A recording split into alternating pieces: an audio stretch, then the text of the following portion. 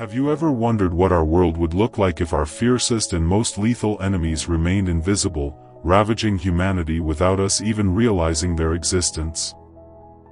What would it be like if diseases and epidemics continued to claim lives, turning vibrant cities into silent graveyards, without us knowing the cause or finding a cure? Imagine a world where a simple scratch or a sip of water was a guaranteed death sentence. This report takes you on an epic journey through time, back to the 19th century, to meet the man who illuminated the darkness of scientific ignorance and tore the veil from this hidden microscopic world.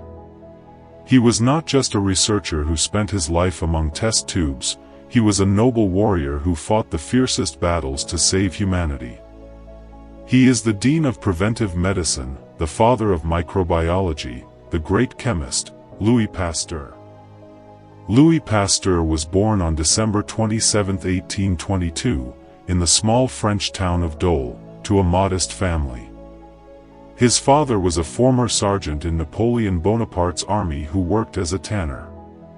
Pasteur's childhood did not show the signs of the extraordinary scientific genius we know today. On the contrary, he was a quiet boy, a lover of art, spending hours drawing incredibly accurate portraits of his friends and family.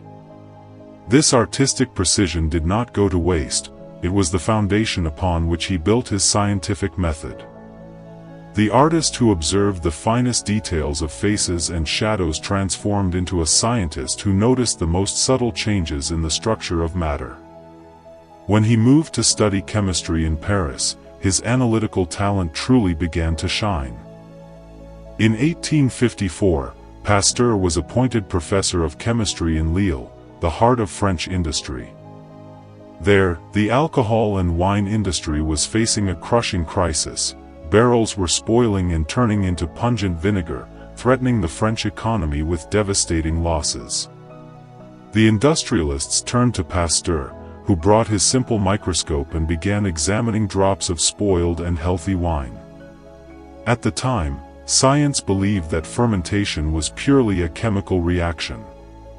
But Pasteur's genius led him to an astonishing discovery: fermentation is not a dead chemical reaction, it is a vital process carried out by tiny living organisms called yeasts.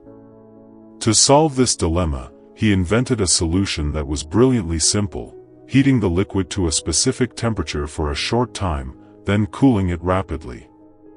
This heat was enough to kill the spoiling microbes without destroying the drink's flavor. This process later became known as pasteurization, a revolution in the food industry that continues to protect millions of people every day. In the mid-19th century, the scientific community was deeply divided over an ancient theory known as spontaneous generation. This theory claimed that microbial life and insects could arise from nothing, or from decaying matter on their own, without parents.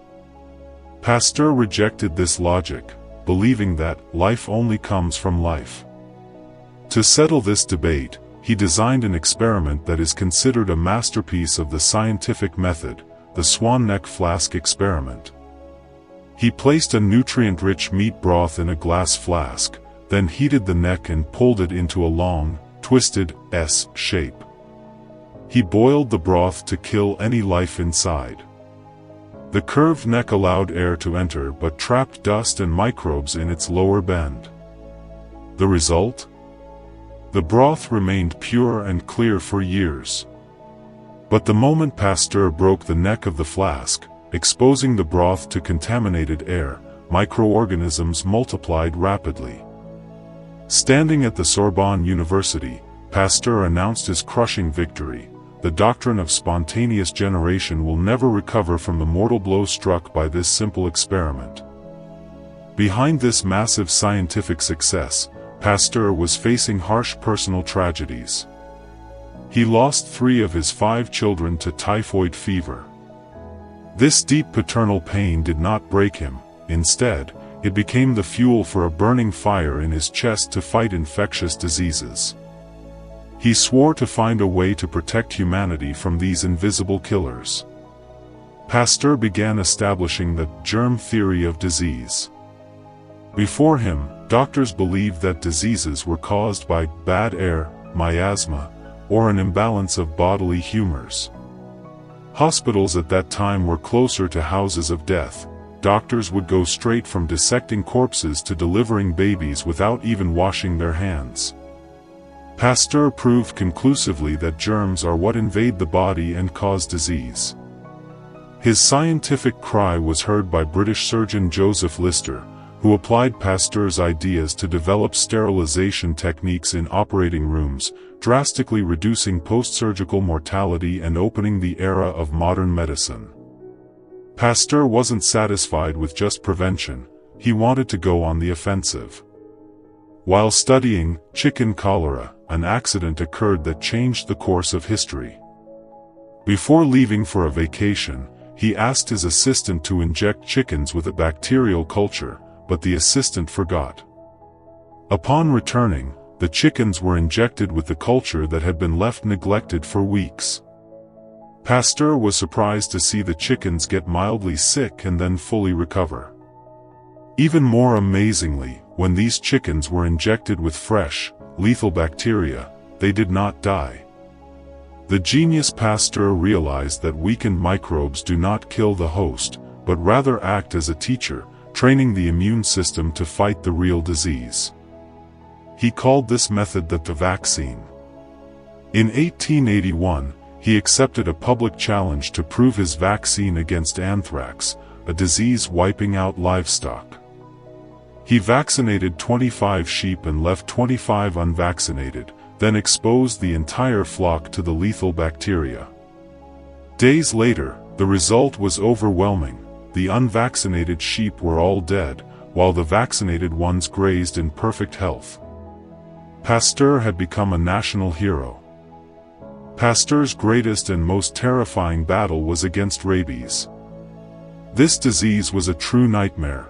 Once symptoms appeared in someone bitten by a rabid animal, death was inevitable, accompanied by excruciating pain, hallucinations, and a horrific fear of water.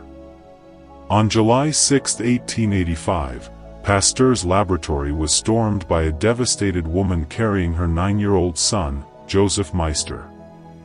The child had been brutally attacked by a rabid dog, his small body covered in deep bites. Pasteur faced the greatest moral dilemma of his life. His vaccine had proven successful on dogs, but it had never been tested on a human.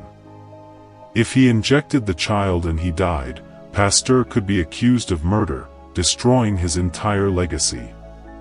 If he did nothing, the child would die a gruesome death. After consulting doctors who confirmed the child's doom, Pasteur made a courageous decision.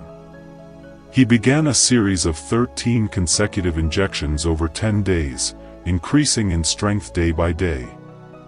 Pasteur lived through days of agonizing insomnia, fearing for the boy's life. But weeks passed, then months, and Joseph Meister remained alive and perfectly healthy. It was an official declaration of humanity's ability to conquer epidemics. In recognition of his monumental efforts, people from all over the world donated thousands of francs to establish the Pasteur Institute in Paris in 1888, becoming a towering fortress for scientific research and disease control.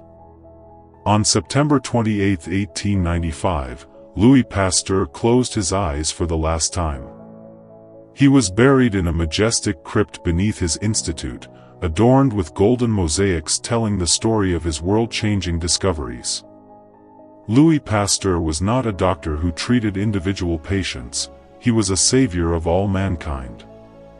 He proved to the world that the scientific method, careful observation, and relentless work are the true weapons that ensure human survival.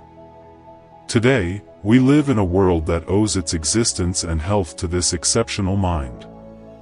Every time we vaccinate our children, drink a safe glass of milk, or enter a sterile hospital, we are, without knowing it, paying tribute to that French hero. Louis Pasteur, the conqueror of microbes, and the guardian of life.